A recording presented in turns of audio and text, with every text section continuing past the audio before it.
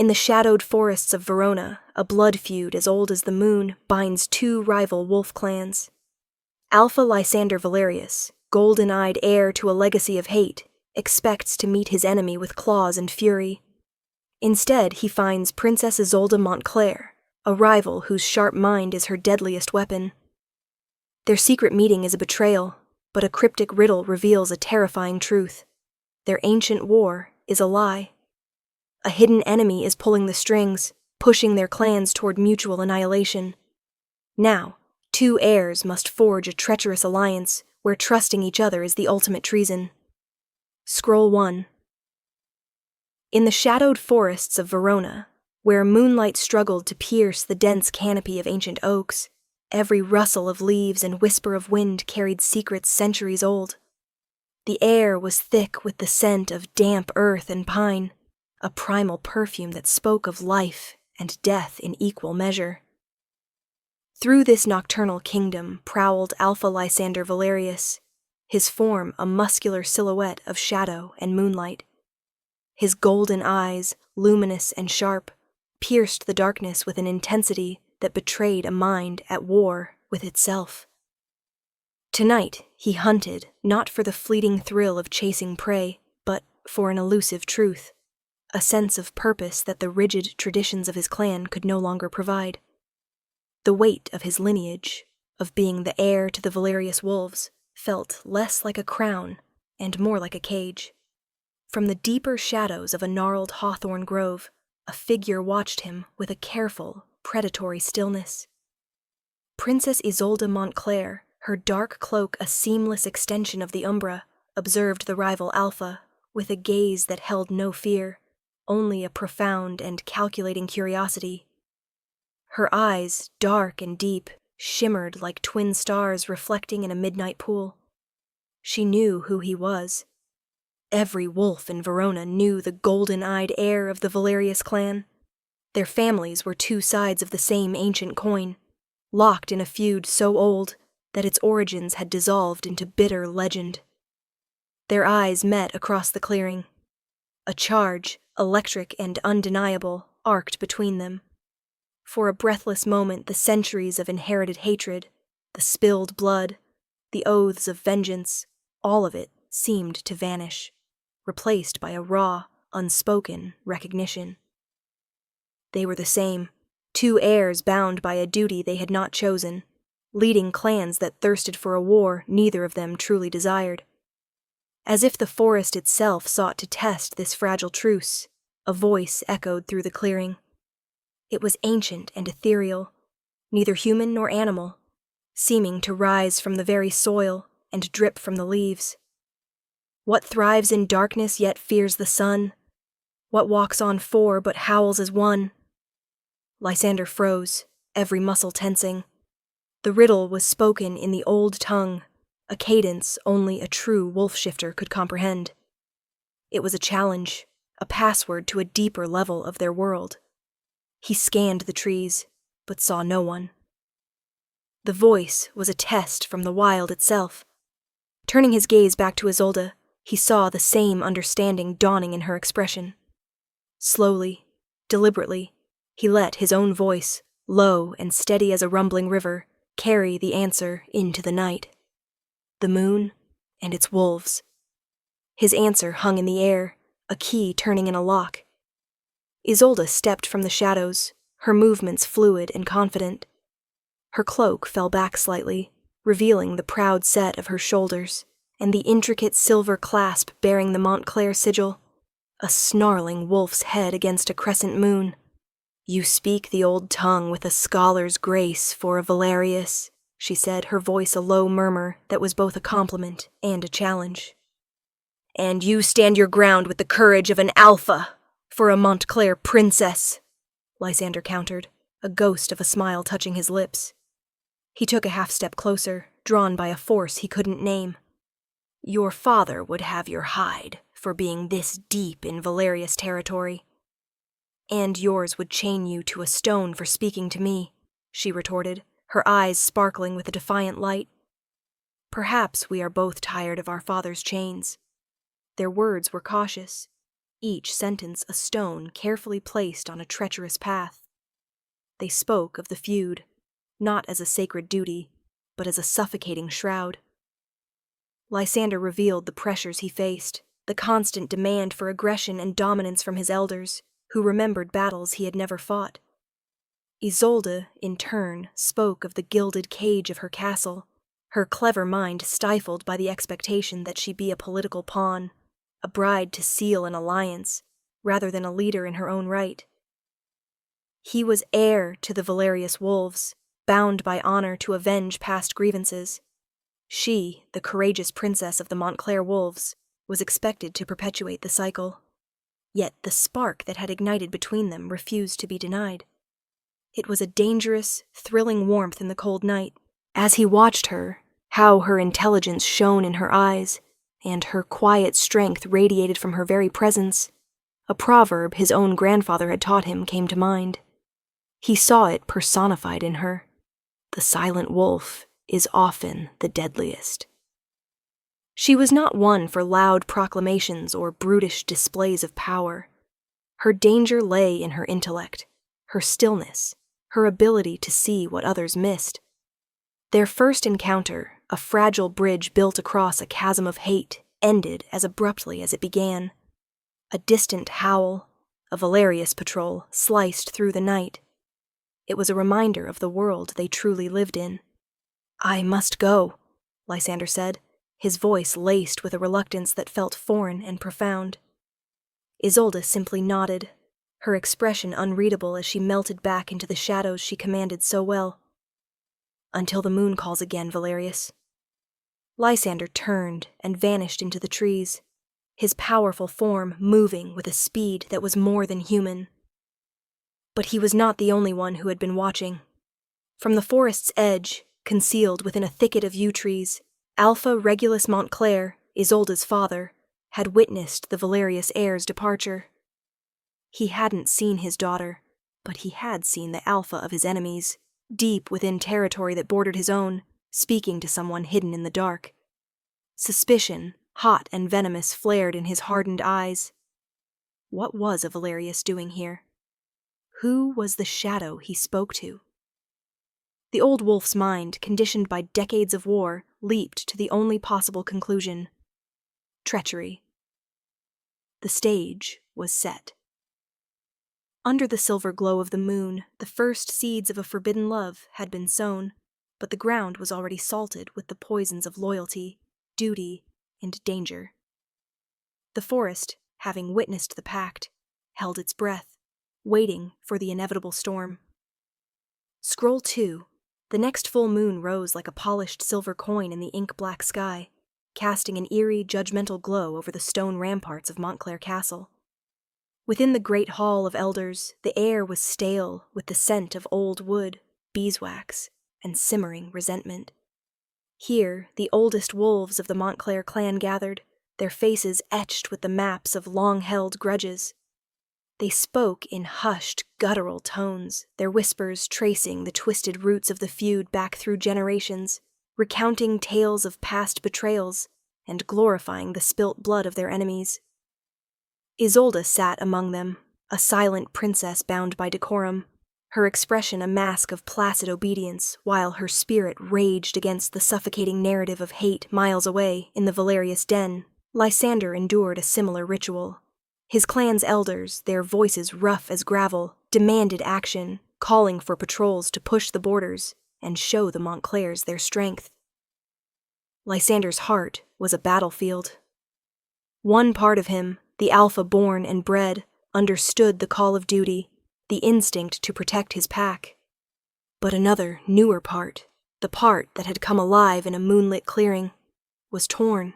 It yearned for the sharp intelligence in a pair of dark eyes and the promise of a peace no one else seemed to want. The desire he felt for Isolde was a fire in his blood, and he could not, would not deny it. Defying the counsel of his elders and the instincts of his pack, he slipped away into the night. He found her waiting at their clandestine meeting spot, a secluded waterfall whose constant roar muffled their whispers from any wandering ears. This time, the space between them was smaller.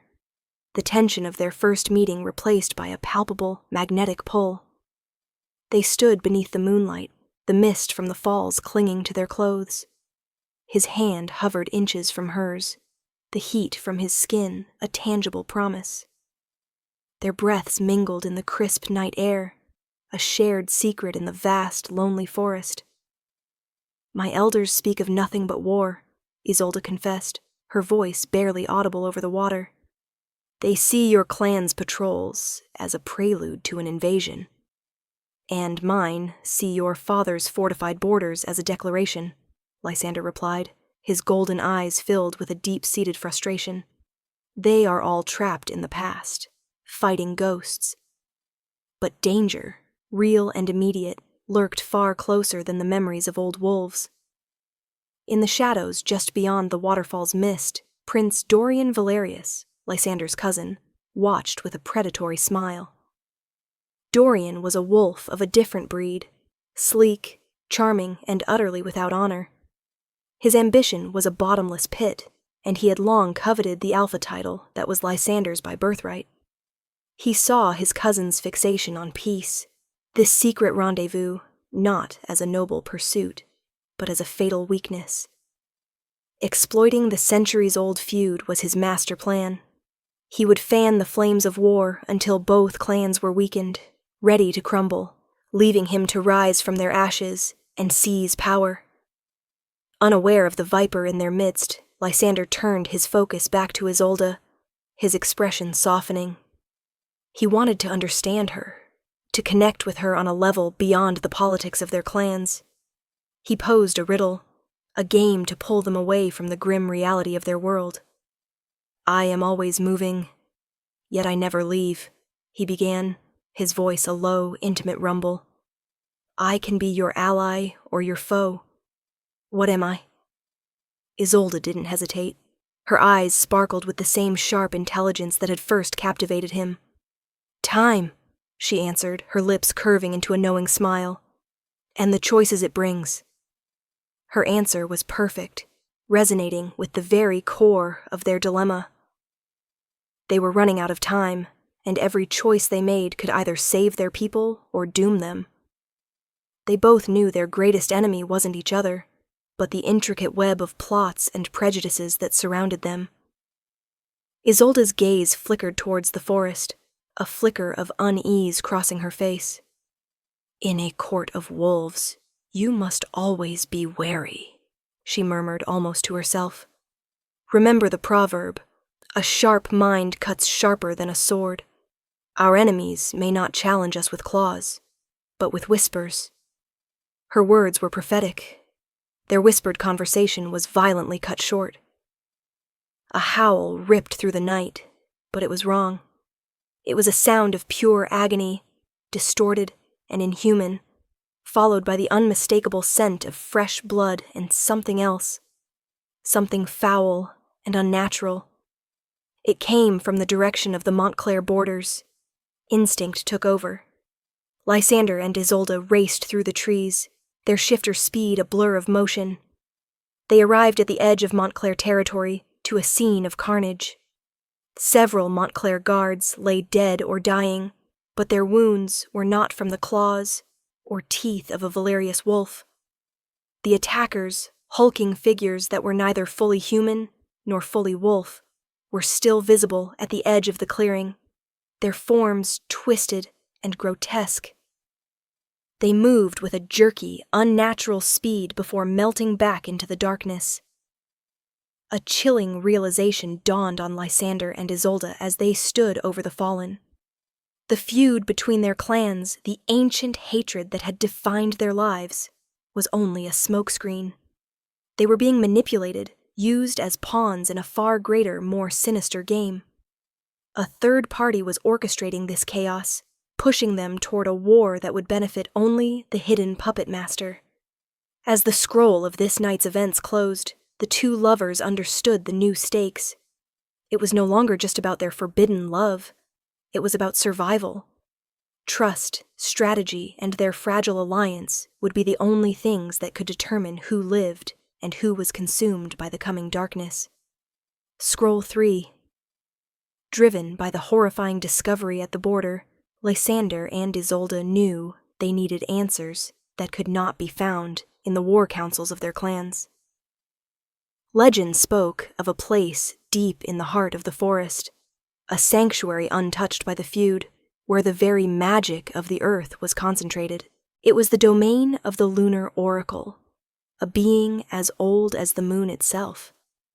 They journeyed deeper into the forest than either of them had ever been before, moving as one through a landscape that grew increasingly surreal. Here, the silver light of the moon did not just illuminate. It shimmered, clinging to the moss on the trees and pooling in the hollows like liquid mercury.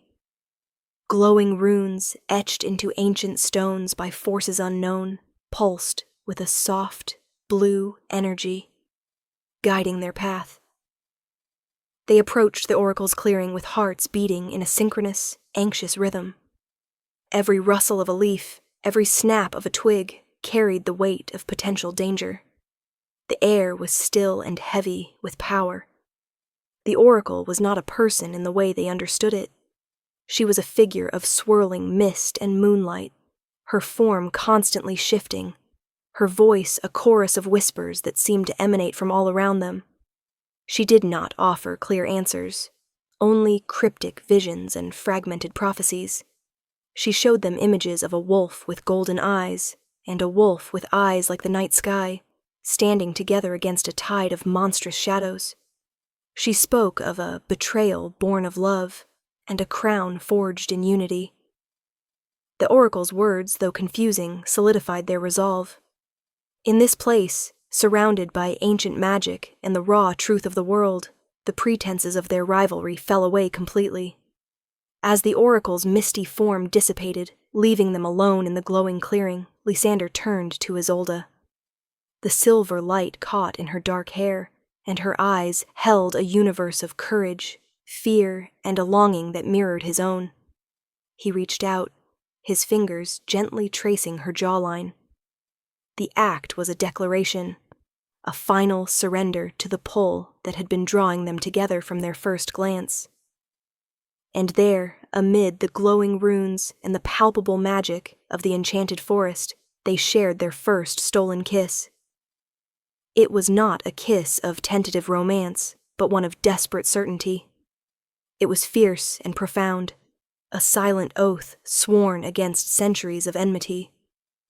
In that moment they were not a Valerius and a Montclair. They were just Lysander and Isolde, and their bond, now sealed by magic and choice, felt stronger than any clan law, any ancient feud.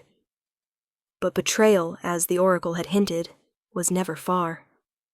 While they were forging their alliance, Dorian was weaving his web of deceit. He had witnessed Lysander meeting with a Montclair spy. He had heard his cousin plotting to weaken the Valerius clan from within. He spread these rumors like a plague, whispering poison into the ears of Lysander's most loyal pack members, and even sending covert messages to the Montclair court.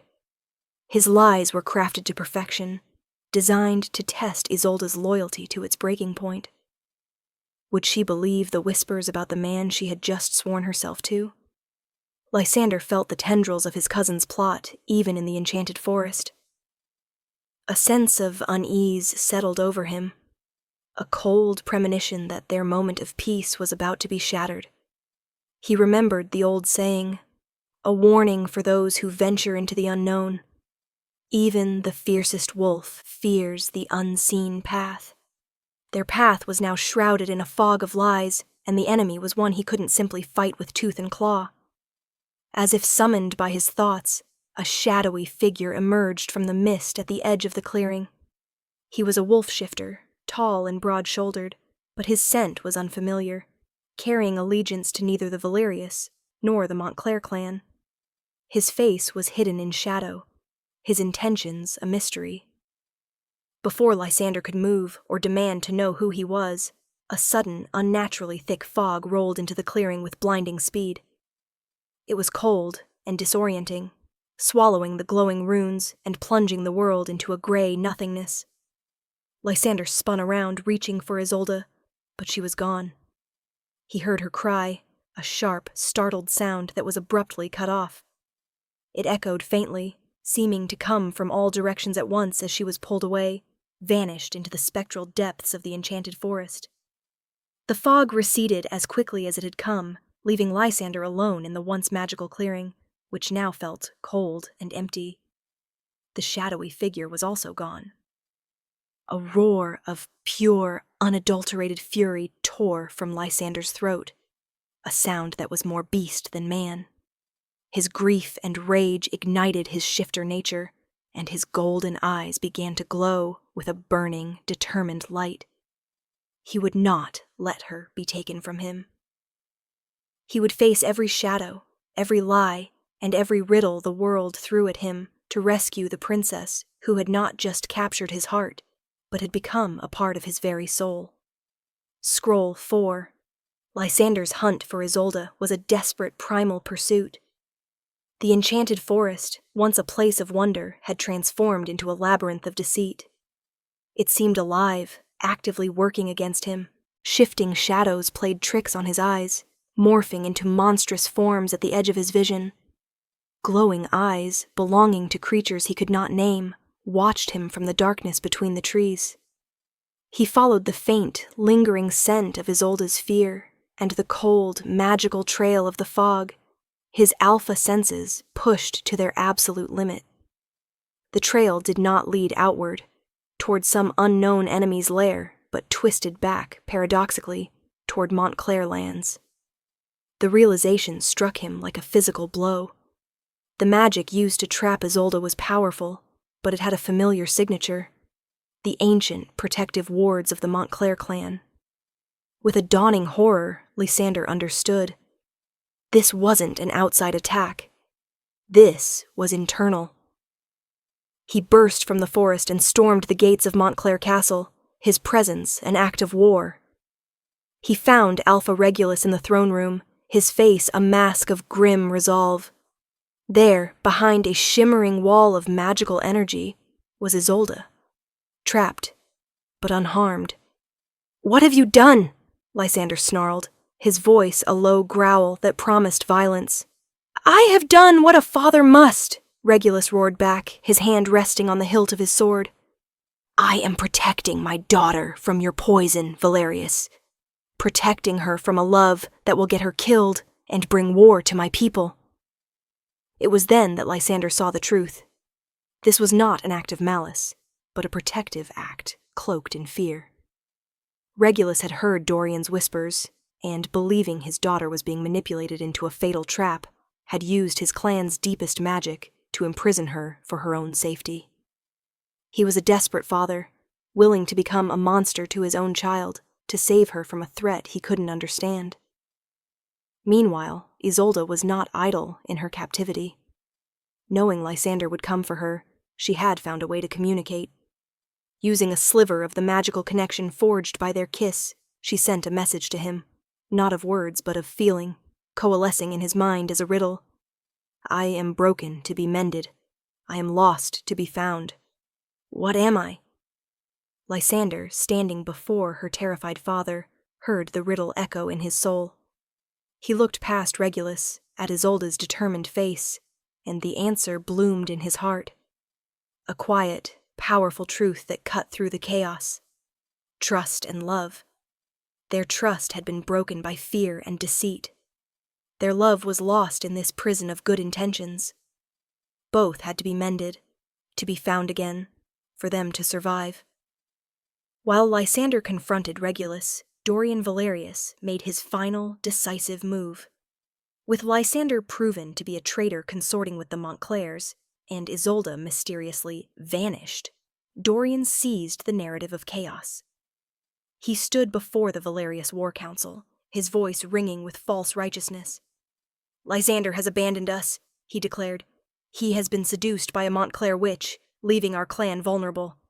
They have taken their own princess to feign an attack and lure our alpha into a trap. We must strike now, before they destroy us." His words were fire to dry tinder. The Valerius clan, already on edge, roared in agreement. At the same time, His agents within the Montclair camp spread the word that the Valerius Alpha was at their gates, demanding Isolde as a hostage. The forest floor began to tremble as both clans, fueled by lies and generations of hatred, prepared for a final bloody conflict. Allies were revealed as cowards, and the depths of Dorian's treachery were laid bare for anyone who was willing to see. The confrontation in the throne room escalated. Lysander tried to reason with Regulus, to make him see that they were all being manipulated by a common enemy. But as the war horns of the Valerius clan sounded in the distance, reason began to fail. Under the cold, silver light of the moon, which streamed through the high windows of the castle, loyalties were stretched to their breaking point. The night was no longer about a secret love, but about an open war. Hearts pounded in chests, the fate of two peoples hanging on the edge of a blade, and the true enemy was finally ready to claim his throne from the ashes. Scroll 5, the ancient forest of Verona, so often a silent witness to secrets, became a roaring, chaotic battlefield. The air, once filled with the scent of pine, was now thick with the metallic tang of blood and the acrid smell of rage. Wolves howled, a symphony of war cries echoing through the trees as the Valerius and Montclair clans clashed in a brutal, writhing mass of fur and steel. In this maelstrom, strategy became the razor-thin line between life and death. Just as the first wave of battle threatened to consume everything, Lysander made his choice. Using a burst of raw alpha power, he shattered the magical barrier holding Isolde, the force of it throwing her father, Regulus, to the ground. There was no time for recrimination. "Trust me," Lysander commanded, his golden eyes locking with Regulus's wide, stunned gaze. He grabbed Isolde's hand, and together they leaped from a high castle window, landing with shifter grace in the courtyard below and plunging headfirst into the fray. They did not fight to kill their kinsman. Instead, they enacted a daring plan. Isolde, with her commanding presence and the respect she held among her own people, moved through the Montclair lines, calling for them to halt, to see the truth. Lysander, a whirlwind of controlled fury, fought his way to the heart of the Valerius onslaught, disarming his own wolves rather than maiming them, his roars a demand for attention, not blood. They fought side by side, a breathtaking display of unity. His strength was her shield. Her strategic mind was his guide. Every coordinated move, every glance they shared across the battlefield was a testament to a bond that was now stronger than any feud. They were two halves of a single, perfect warrior, and the sight of them, the Valerius heir protecting the Montclair princess, and she in turn clearing a path for him, began to sow seeds of doubt among the warring clans. Their target was Dorian. They found him near the battlefield's center, not fighting, but directing. His face alight with a feverish, triumphant glow as he watched the two clans tear each other apart. "Dorian!" Lysander's voice boomed over the din of battle. "Your treason ends tonight." Dorian turned, his smile curdling into a sneer. "Cousin? You're alive? And with your Montclair pet. You've only come to die together. How romantic." The final confrontation was not just a clash of bodies, but of ideals. As they fought, Lysander and Isolde exposed Dorian's lies for all to hear. "He sent the twisted wolves to our borders," Isolde cried out to her clan. "He whispered lies to my father. He wants us to destroy each other so he can rule the rubble." Dorian, his ambition and pride laid bare, fought with a desperate, vicious savagery, but he was no match for the combined might of two true leaders. In a final, decisive move, Lysander overpowered him, pinning him to the forest floor while Isolde held her blade to his throat, ending the fight not with a killing blow, but with a declaration of justice. Dorian was defeated, his plans in ruins, his followers staring in horror at the truth. In the quiet aftermath, with the battle halted and Dorian's treachery revealed, the two clans looked at each other, not as enemies, but as survivors of a shared deception. They saw Lysander and Isolde standing together under the moonlight, and they saw a new path forward. An old proverb, one that had been spoken as a hopeful prayer for generations, finally felt like a reality. Even the fiercest wolves find peace under the same moon. In the days that followed, the clans, united by their ordeal, formally rejected the old feud. In a ceremony as ancient as the forest itself, they made a choice that would reshape their world. They did not just choose an alpha. They chose a future. Lysander and Isolde ascended together, crowned not by birthright alone, but by their courage and wisdom, becoming the first alpha king and queen of a united Veronan wolf nation.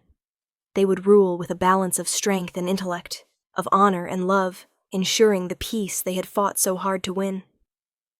As the first howl of the newly united pack echoed through the forest, a sound of celebration and hope, the story seemed to find its peaceful end. Yet, as the final notes faded into the night, a shadowy figure lingered on a distant ridge, just beyond the circle of celebrating wolves. The silhouette was lean and still, watching the scene with an unreadable intent. A glint of moonlight on a hidden blade, or perhaps on a pair of watching eyes, was the only sign of its presence before it melted back into the impenetrable darkness. The war for Verona was over, but the story of its wolves was far from finished. Thank you for walking the moonlit path with us through the forests of Verona. Lysander and Isolde have united their clans under one moon, but peace is fragile, and new shadows are gathering at the edge of their kingdom. If you want to uncover the next secret and answer the call for the next chapter, be sure to subscribe and join the pack. Howl your support with a like, and let us know in the comments. Who do you think the mysterious figure is? Ring the notification bell so you don't miss a single whisper when the story of Verona's wolves continues.